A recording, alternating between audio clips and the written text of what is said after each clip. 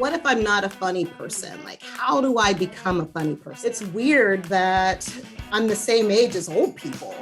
Like, I could say that instead of just saying like, oh, I'm considered an older person. If people are laughing, pause and enjoy the laughter, right? And people want to laugh.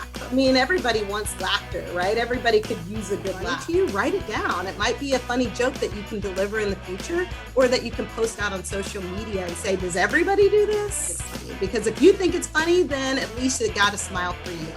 So it's almost like a comedic conversation. Like if I get someone to smile, then that's just as good as a laugh. Because a lot of people don't have like the belly chuckling laugh. Okay, so we have delivery, we have description, we have direction, we have distraction, and we have diffusion. All right, everyone, welcome to System 1357. And today's session is from Audrey Boyle, coming from over in the USA and Chicago, right? Yes, Chicago. Sweet, Chi-town. Chicago. And she's a comedian, a professor, and a speaker. And today she's going to talk to us about three things. And we're going to learn about how to structure humor to get results, how to use humor in storytelling, and how to use humor in social media. So that's going to be very interesting because, sometimes we try to use humor, it doesn't go well, and, all sorts of things. So, I've done that. Sometimes I crack a few jokes online and people take them seriously. Yeah. The funny one was I did one once that said 75% of stats are made up, and people went, "Really?"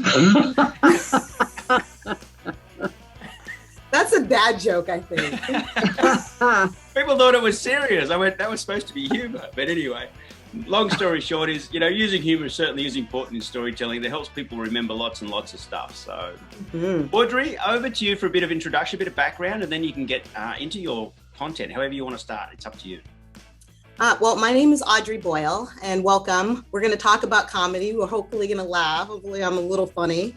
But really, the idea is using humor to get results. So a little bit about my background. I was kind of my adult life, but like as I started my adult life, I wandered around just getting jobs based on, hey, I'm looking for a job when they happen to be hiring. And I just worked my way up the corporate ladder, and I feel like I stumbled around, but I ended up being the youngest VP for the Home Depot at age 29. And realizing once I got to this peak that I didn't really like what I did for a living. So I had all the goodies, great company, great benefits and everything. But I thought, why was I so good at doing sales? And so I became a college professor because something that I really like doing is helping people. So I'm a college professor. I work at the University of Arizona Global Campus teaching digital media, social media. And how I arrived there was really, applied learning. I started my own social media following, and I got some really good advice when I first started out. Like, do something you're passionate about and start with that, because when the going gets tough, it gets really hard. So I started my own social media following with comedy, and I started posting jokes because another thing I'm really passionate about is making people laugh. That's my why. I really like making people laugh. And I realized that is how I got results in my adult career, throughout my professional career, was making people laugh. So I started using it for, good, not evil, So I started plotting and scheming and looking at it academically. Like, how can other people do it too? So today we're going to talk about the 5 Ds of how to use humor for results. So 5 Ds, which as a professor, it makes me cringe to say D. I don't know. I mean, in the States, that's how we do marks. But D's, D's are still passing. So we're going to go with that. So the first D is delivery. So delivery, I could say, it's just the way that you say it. And I've noticed that I have a funny delivery. So I could say, Americans, when we come in contact with Australians, we want to use, okay, I'm just going to talk about me, not Americans in general, but we want to use our Australian accents. And I have a really bad one, like, put the shrimp on the barbie. No, let's take a walkabout. Is that, no, then I see you laughing a little bit. Drop the R if you wanted to speak Australian. Australian. It's horrible. Can you give me the worst Australian accent award? Can I get it?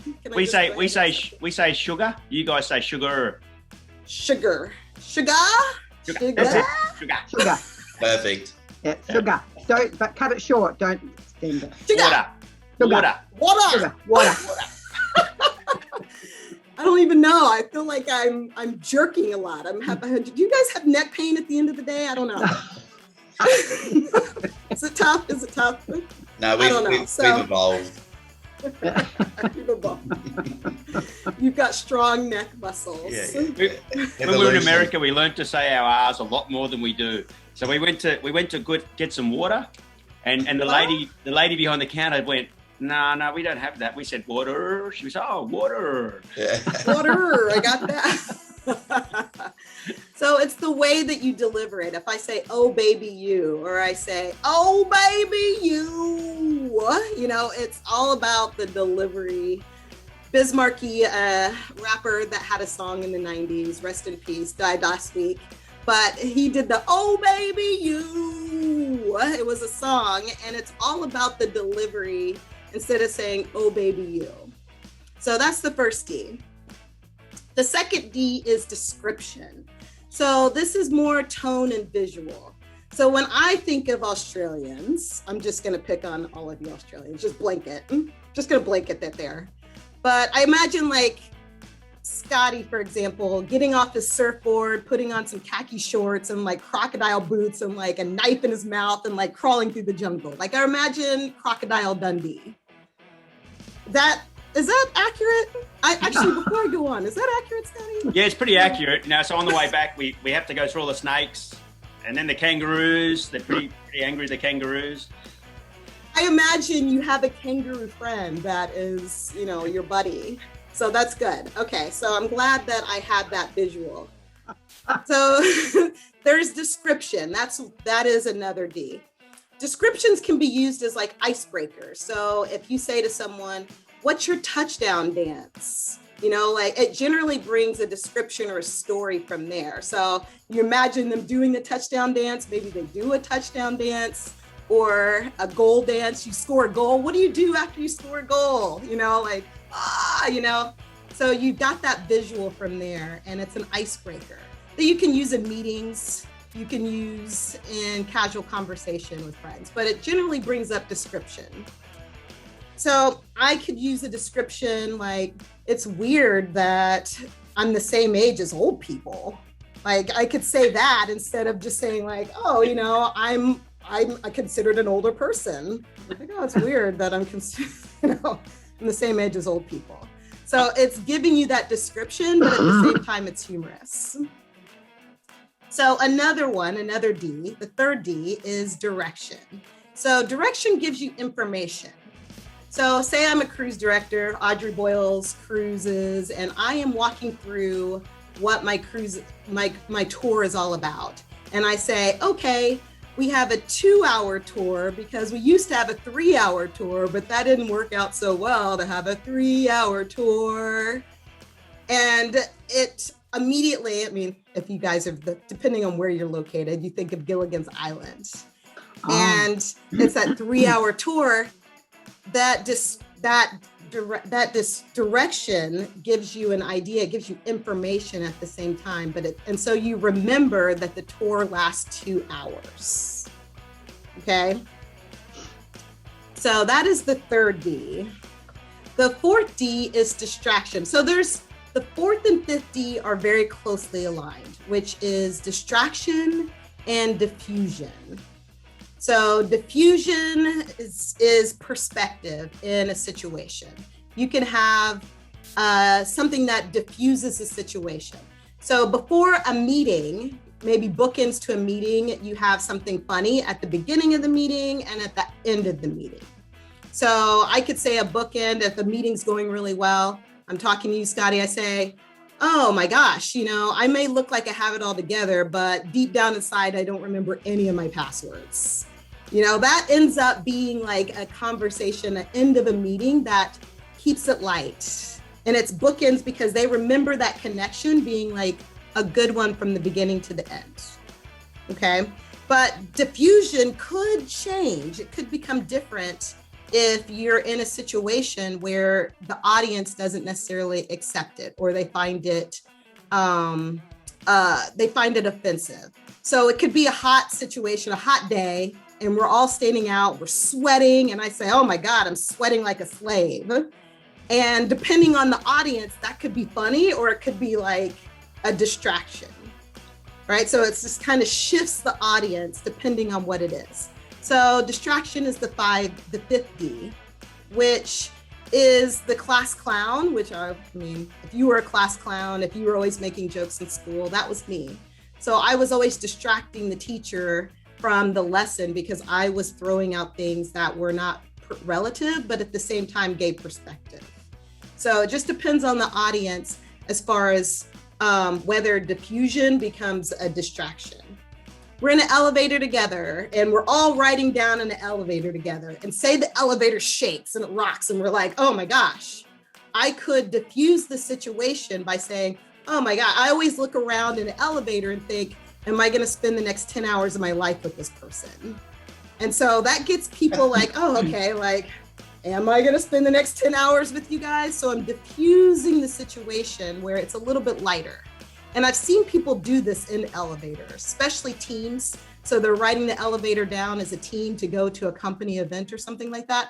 I have seen a manager diffuse the elevator by making a comment that makes everybody laugh and just diffuses its situation. So they all walk out of the elevator and it's all happy. Hopefully they're not stuck in the elevator for 10 hours. I mean, who knows?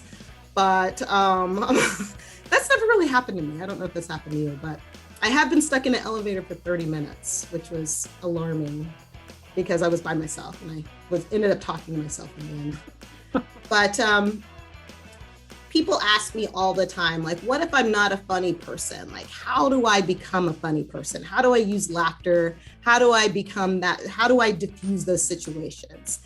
And the easiest way to be funny is to be literal. So dad jokes are very literal. You know, if you use a dad joke, it's very literal. So I could say, Scotty, your last name begins with a Y. Mine begins with a Y. So I always thought people with a Y were funny or had a joie de vivre or really great people or something. And then maybe you're smiling, maybe you're not.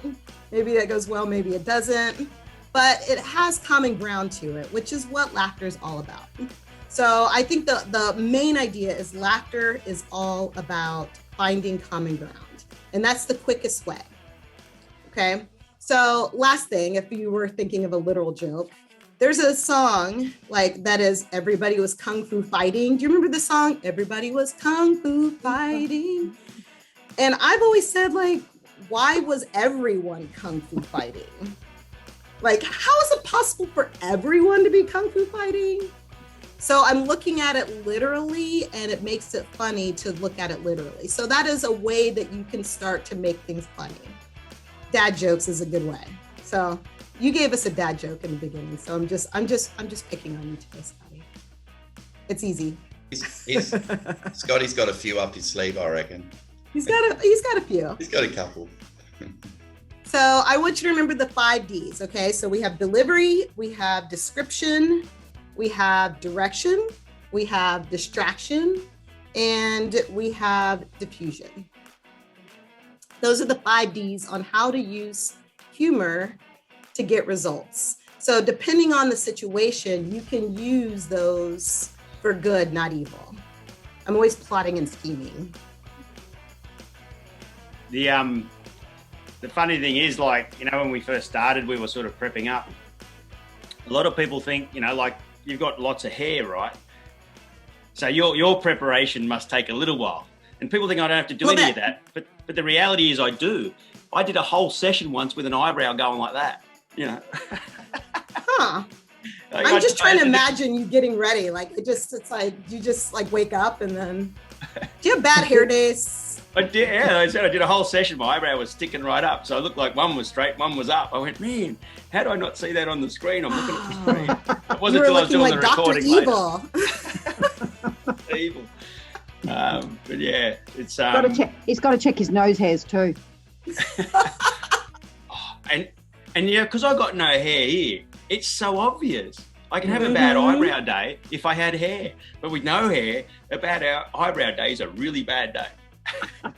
I think most of your days are spent with hair removal, I think, right? You're like 75%. Is that the stat of your day? Has anyone noticed that Rob's not joining into the conversation? Oh, Rob, are you on mute? What is this? He's got face hair though. Come on, I'm sure you've had a bad eyebrow day. Oh yeah, absolutely. Ear hair day. But for all Audrey, the beards, do you resist the urge to Yeah. Audrey, some examples, all right? So you've helped some people, obviously as a professor, and you're speaking all the time about this. Give us some examples of how people have transformed what they do using humour.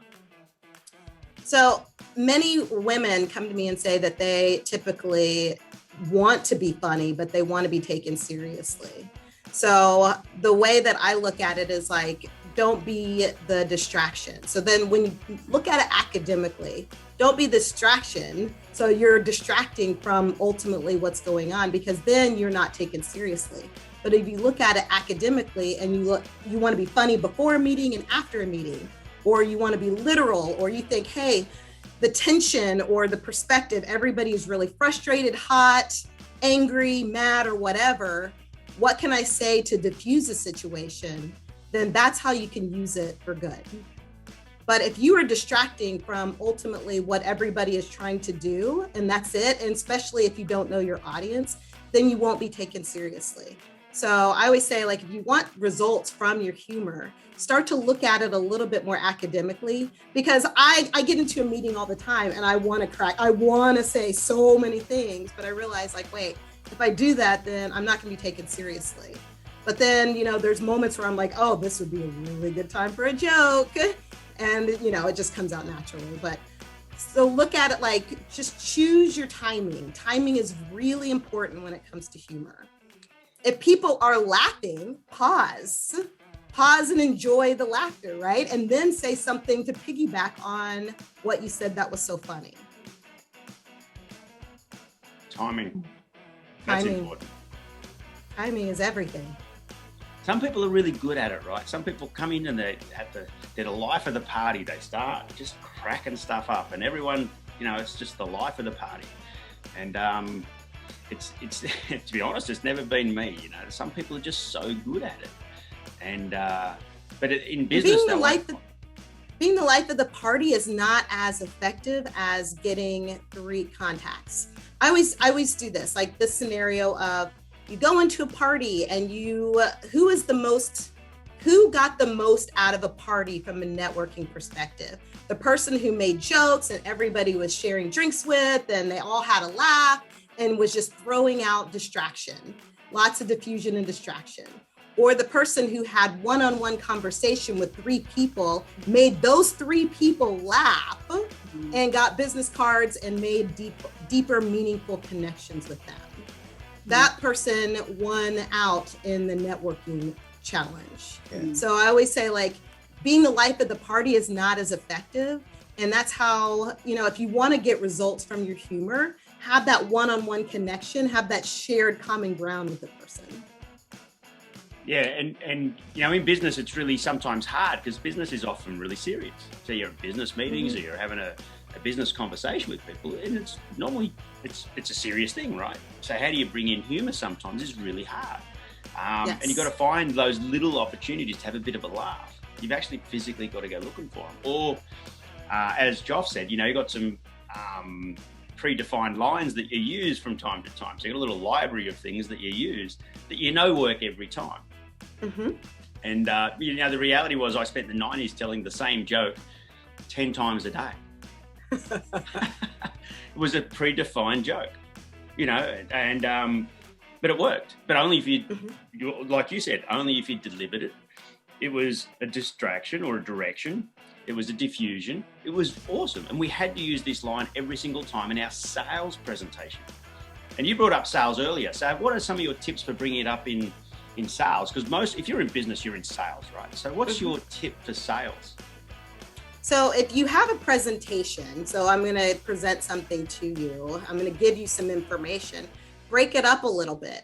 Like I had the joke of a 3-hour tour, like break it up in what you're saying. Maybe you say a big word 3 times and say, oh, that was a big word to say 3 times. Or if you say something that sort of rhymes, you're like, I'm not trying to rhyme, you know? So you're breaking up what you're saying so that you're, for one thing, making sure they're paying attention.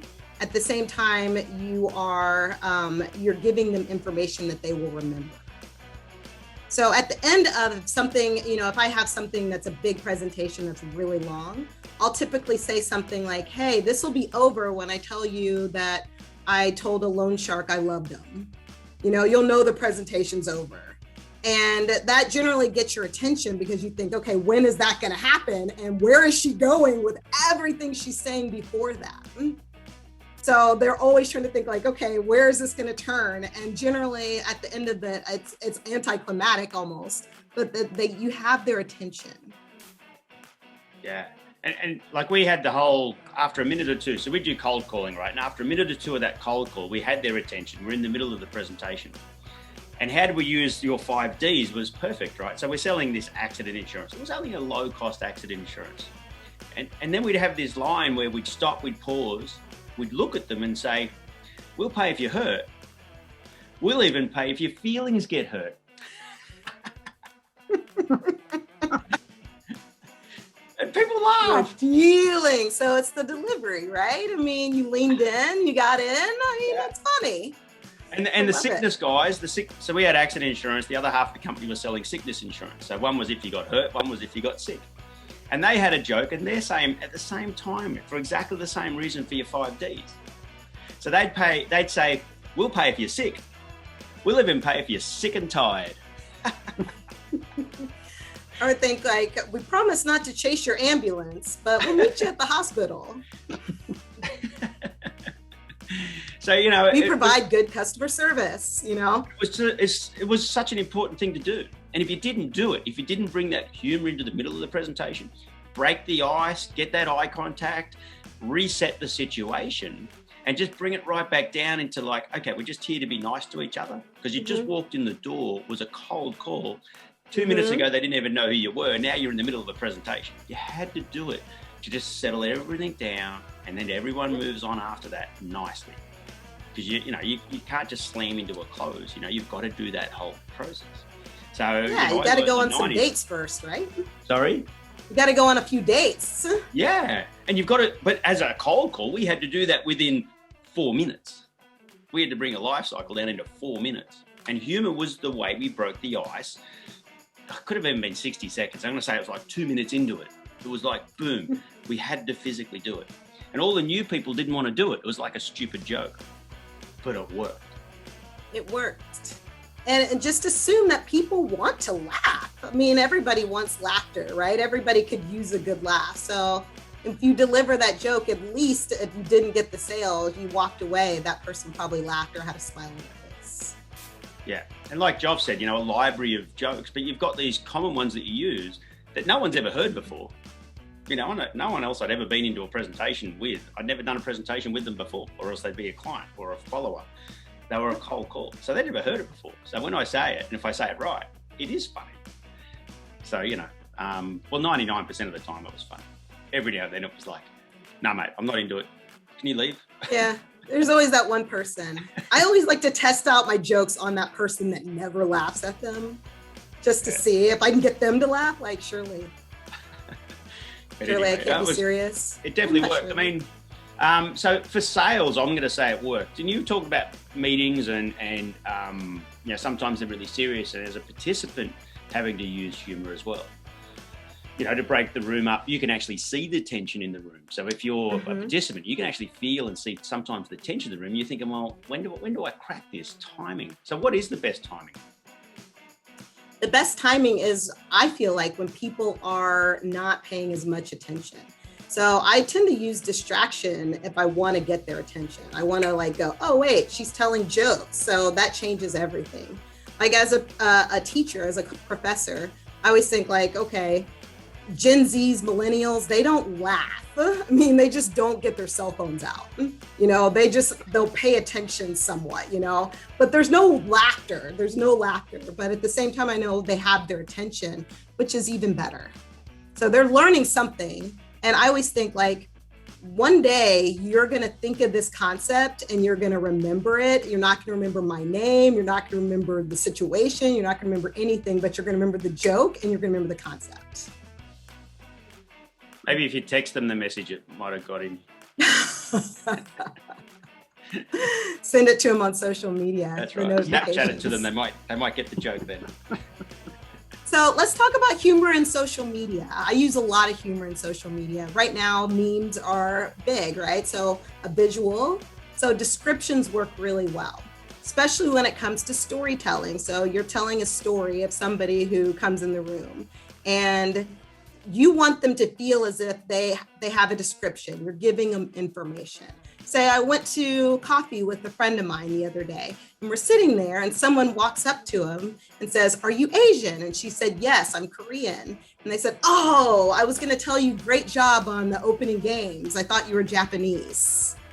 And it just kind of makes you pause and go, okay, like you're giving some description, you're telling the story, but you're also giving some information. So now you know the Olympic Games ceremonies were in Japan. So you're telling the story, you're giving information. And so you may not remember anything other than the joke and go, you know, that made me go like, who would do that? So with your storytelling on social media, is it written?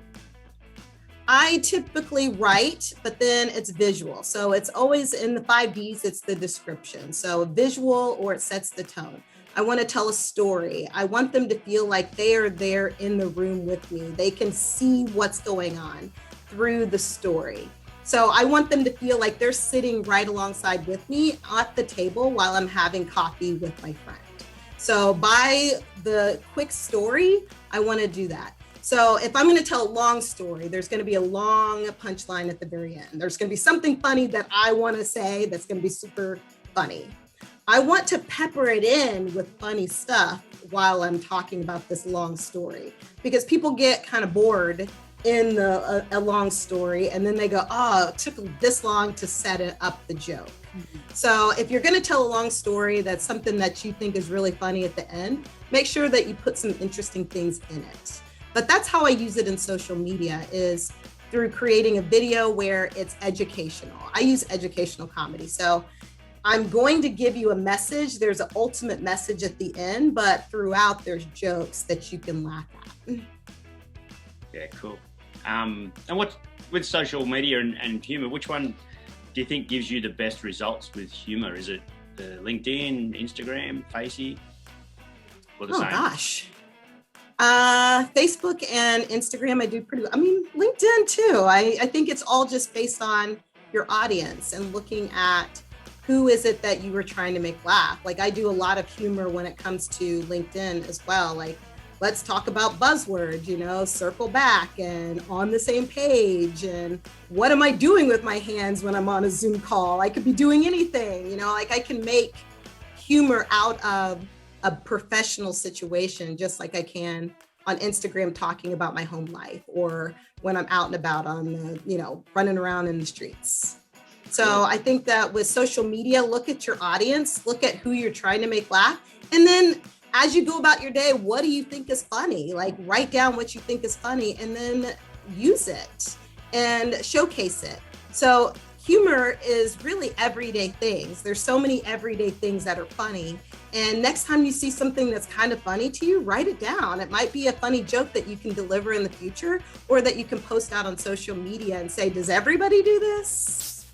Yeah, we'll wrap up for the 30 minutes for the people that need to go, and then we'll stay around for a little bit more Q&A for those who want to ask a bit of Q&A. But it's funny you talk about distraction and so on. I mean, we all know the whole, you know, the C word at the moment, COVID, or, you know, lockdown. We all know that. And sometimes that overruns a conversation.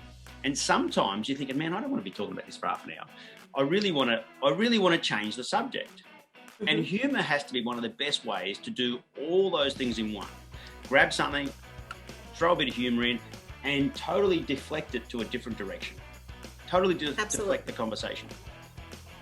Absolutely. So that diffusion or distraction depends on how you, and I feel like that is the most useful or most effective. If you can do that effectively, you'll go far.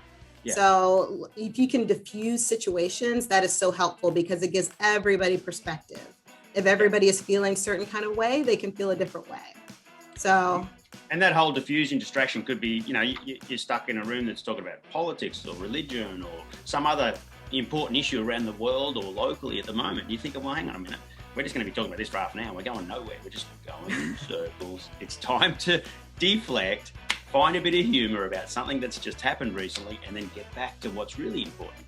It might be important, but you've all been in that situation in the last year where all of a sudden everything you're talking about is nothing about what you really want to talk about. And it happens all the time. So humor is a great way to shift it. So the you 5 can Ds. Shift it too. Yep, shift it. The 5 Ds in wrapping this up: delivery, description, direction, distraction, and diffusion. Yes. All wrapped around timing. Timing's the big thing I wrote down. So timing. And the other thing was that I got out of that was, have a library of things. Have a library, one-liners or dad jokes, as we call them. Have a little library of those things that you can use that you just, that you've practiced and you can bring up anytime you like to sort of, do the 5 Ds with the delivery, description, direction, distraction, and diffusion. So I really like that. Audrey, that's awesome, hey? So for those that have to go now, is it one more tip, one final tip you've got, Audrey? Those that need to go can go. Otherwise, we'll hang around for a bit more Q&A. One final tip. What's the big overarching big tip Audrey gives everyone? Don't take yourself so seriously. Don't feel as if everyone doesn't want to laugh with you. And it's always about laughing with you. So don't feel that whatever you say, that people aren't going to think it's funny. Because if you think it's funny, then at least it got a smile for you. So I always say too, make sure you watch your self-deprecating humor. I am, and you're making fun of yourself all the time. That's not the best way to go throughout life before your own self-care. So I always say no self-deprecating humor, and just know that everybody wants to laugh with you. So you're saying I shouldn't be picking on my hair? You could. It's so vibrant. I've had people say to me, oh, you must have a complex about your hair. No, actually, I couldn't care less. That's why I can joke about it. Absolutely. But for those that need to go, thanks, Audrey, for that. Thanks for coming for the 30 minutes of how to use humor to get results. What we'll do now is we'll hang around for a few more minutes. Those that want to ask Audrey a specific question, maybe about some jokes you've got or how to deliver the jokes, or maybe in your industry or some of the situations you've been in, what could have I done to change that? By all means, that's what Audrey's here for right now. So I'd never heard of the 5 Ds before. Had anyone ever heard that before? Nope. No, it was pretty good, eh? No, not I at all. came up with that. It's me. That's all me. I did it all by myself. All by myself. I did it. But, by the way, anyone want to fire away? Yeah, I actually do have a question. I'm not good on video or talking on social media, so I usually post funny, what are they called? Yeah, English is not my first language. They are like caricatures, like little storytelling, funny things, and that is what I'm drawn to. And my question is would that still work? It still works. I mean, it's getting the humor out. It's not my words because I find it on the internet somewhere, and it is funny. I at some time, well, I'm maybe an odd person, but I used to take pictures of myself doing whatever it was that was the funny humor. So I would take a picture of whatever it was, and then I would put the words over it in an image, or I would have the words at the top. So I was acting it out almost in a picture so that I didn't have to do a video. And that's kind of how I started writing jokes. Or you can take a joke you think is really funny and then just start expanding on it it's like if you say something that's funny to me and then I respond with something funny, so it's almost like a comedic conversation, what's the next thing you would say from there? So if you post that specific, the words, put your comeback to it with it, and it will add so much to the funny thing that you're posting. Yeah, I do usually write my own comment or my own question or my own, easy as or something like that. Yeah. With it, but yeah. That's funny. That's a good, funny way to go. I think that, people who see it and think it's funny, they laugh, they probably think of you as a funny person. Okay. Thank you. And it doesn't have to be funny though, does it? It just has to make you smile. Mm-hmm. You don't have to be a comedian and crack all the best jokes. You just have to put something up that makes people smile. I mean, I put one up the other day, this is your smile for the day, and it was a little video of somebody with all these baby goats, and they were giving them bottles and putting them in these racks, and all the little babies were going, give me a bit, and they got them all lined up, and then there's this picture of all these tails going like this, because that's what the little goats do. Their tails are going like this while they're and it was just like, it was just so cute, and it just made me smile. So I think it might make other people smile. And so it's just, use other people's stuff as well. And use other people's stuff as well. Sorry? Oh, I was just saying, absolutely, use other people's stuff as well. And you're right, it's all about just smile. Like if I get someone to smile, then that's just as good as a laugh. Because a lot of people don't have like the belly chuckling laugh, but if I can get you to smile, okay, we're good. We're starting, you know that I'm a funny person, and like we can go from there. So I think that it's just, if you think it's funny and you use it to break the ice or convey a message, or you are getting some information across, then go ahead and post it, even if it isn't your own words, because that's part of it. It's that you don't have all the humor. It's that you are curating the humor to give to other people. Yeah. There was, just linking on from that, and it was another meeting I did with Scotty and Anna McFay for LinkedIn, and Anna brought up a really important topic about when you do social media. So this is to you, Marion. You can put something up like a meme or a post, as you're saying, with somebody else's, could be work. And Anna was saying it's really important to potentially acknowledge that person if it's which is number one. And number two was the discussion around just someone liking it because they liked the goat's tails wagging, or they liked what you put on. Is the like doesn't create the traffic to you. So this is the business side of things. It's actually important to put a comment in there, and when you comment, you create traffic and you create that snowball effect, which is then driving people, to your web page or to your next meeting or whatever it is that you're wanting to achieve by that post. Yeah, absolutely. If you're going to use an image, definitely give that person credit. That's why I was saying, like, it's great if you do your own images, because then you originated your own content. Like, that's the best out of everything, because then you can just share it wildly, right? But if you're using someone else's, then make sure that you add something funny, like in the description or in the comments, so that you're having like that comedic conversation. But give them credit. Well, usually in the cartoons, there is the copyright notice anyway. So, sure. Yeah.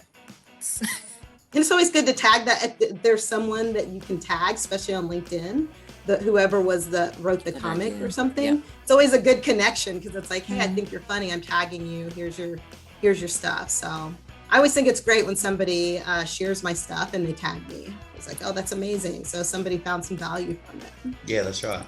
Yeah. I don't know what everyone's, sort of positions and roles are here in business.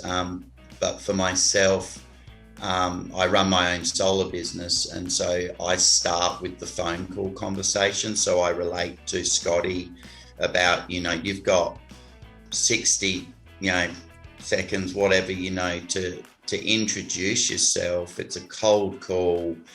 you want to build trust quickly, but at the same time, I'm qualifying because I'm working out whether I really want to go out and see this person, you know, drive 50 kilometers or whatever it is and see that person. So there are some gold nuggets that I've just taken out of here, which I don't think I do enough in the first qualifying period, because then if I do go and see that person, as you said, you can repeat or drop the same because they've already, let's say, laughed and they've resonated with that, and you can do that again, but then you're actually meeting them face to face. So there's two mediums, you know, you're on the phone or you're in front of them, and that specifically is my role. You know, I don't necessarily go out and see everyone, but I try to. A good point on that is if they smile or they laugh at that first joke you put out there, you can always come back to it at will. Yeah, I like that. So you can always use it, and at the end you can make it like the punchline of something else that you're saying. Well, you've just triggered something for me, because when I used to go to presentations, and one of the things I do straight away is we analyse an electricity bill. And one of my lines is that 90% of people don't know how to read their electricity bills. And they generally laugh and go, yeah, ho, ho, ho, I'm one of them. And then I say to them, so you're one of those that pays it 4 times a year just to make it go away. You know, and they relate to that, and they have a little chuckle and they go, okay. And so then I can go into educating them on reading their electricity bill. But if I dropped that line in the phone call conversation, which I'm going to try that and see how it works. It's a bit of an icebreaker, and then you go into that physically doing it when you go to the house and I do the presentation. So if you go into the story of like, oh, my uncle called me the other day. He hates paying his electric bill. He only pays it 4 times a year. And he calls me and he's like, oh, I can't figure this out. Why am I paying this? And you're like, you realize I'm not the electric company, right? Like, so you can steer it to where they feel they identify with your uncle and they're laughing, but at the same time they're learning. Yeah. Brilliant. You're using a third person. True. Yeah. And so I told my uncle this, and this, and then it's like, oh, okay, I'm learning at the same time. Yeah, and right. Pressure's not like this is me. Yeah, that third person thing's great, because that means you've already had that conversation, you've already built trust with them, and you're talking about the same topic. So you can, yeah. And if they don't like the joke, it was about a third person, not about them. True. Deflected. And I try not to use you are or your, are you that person? Like, I try not to say things like that, because I just generally try to relate and take the pressure off by using somebody else. Yeah. That's a very good line. Awesome. Using the third person, definitely. Or someone neutral, someone they can't really critique too. So your uncle's perfect. Yeah, uncle's perfect. Or I say my aunt. I've done some posts on LinkedIn about my wife. Anyone seen those ones? Yes. Yes. I did a classic one once. It was a real story though. I said to Kaz, I just burnt my tongue on the coffee, and she said, "Well, don't make it so hot." It was like. Yes, thank you. Hello. Logic. But that was a funny line, right? It was like, yep, but that was a funny line. But, Scotty was actually stuck for words. As well as well, I think like, oh, Captain Obvious. Captain Obvious. Duh. All right. Well, look, any more questions? Otherwise, we'll wrap up. We've been here 45 minutes. We could go all day on these things, but at the end of the day, look, it's been a few good lines there. I love the 5 Ds, the timing, using the third person is another good one. It's really good. Well done, everyone. Let us know how you go. I'd love to know how you've changed or pivoted into your humour and some of the lines you've come up with. So, because they definitely work. They definitely do work. So thanks, Audrey, for your time coming to us from Chicago. Thank you. I think it's 5 p.m. over there. Is that right? It is almost 6 o'clock in the evening. Yeah, funny. That's why Audrey's funny. She's got a glass of wine and we've got a coffee. I wish. I wish. Come on, there's one down on the desk, Audrey. I will be having a glass. A beer. I'll be having a beer. Very good. Beer. So we say Beer. Okay. we don't have an Beer. R. Beer. Beer. Yeah.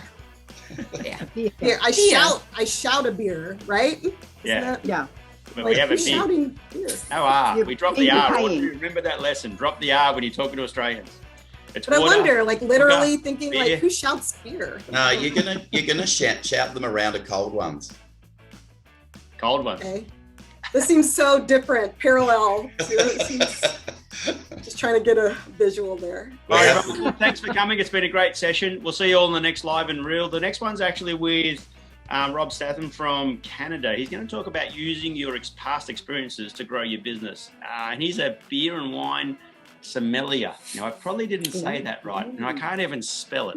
So, but he's an expert in beer and wine. So it's going to be a good one to listen to. He's coming on next Wednesday, our time. So same time, no, in 2 more hours, but the same channel. So by all means, come along and have a listen to what he's been doing and how he got into beer and wine as an expert, as opposed to just a participant.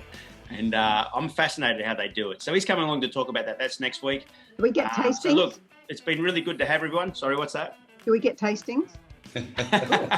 He does virtual tastings now too, and I asked him how to do them in tastings. Australia, but it's too Yeah, hard. they're Over in cool. mainland USA, they can ship all the wine out, and everyone does virtual tastings. Whereas to get it to Australia was really hard. So, but he's introduced virtual tastings in America, so through Canada and America, so people can get it all shipped to their door, and then they do the virtual tastings. They'll explain it all exactly the same, and he does it all You across. can the shout it States. around. Yeah. So, talk about pivoting because of, the situations we've had in the last year or two. I No did one one would of- have thought about doing that. Yeah, I did one of those last year with my daughter on gin tastings. There was There a you go. place in Sydney that was doing it. Yeah, there you go. Ooh, Christine, I know how you like to, what you like to do now. Gin, huh? I picked you out for a gin lady. All right, everyone. Well done. Thanks for coming. See you all in Thanks, the- Audrey. Okay. Thank you. Thanks, Audrey. See you Bye. guys. Bye.